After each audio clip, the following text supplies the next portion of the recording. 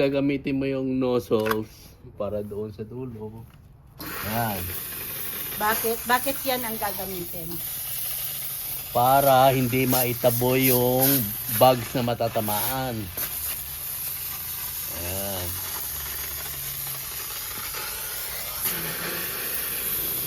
So, kailangan dahan-dahan. Ayan. Pagka open na malaki yan dito, malaki yan din gagamitin mo. Pasok mo yan.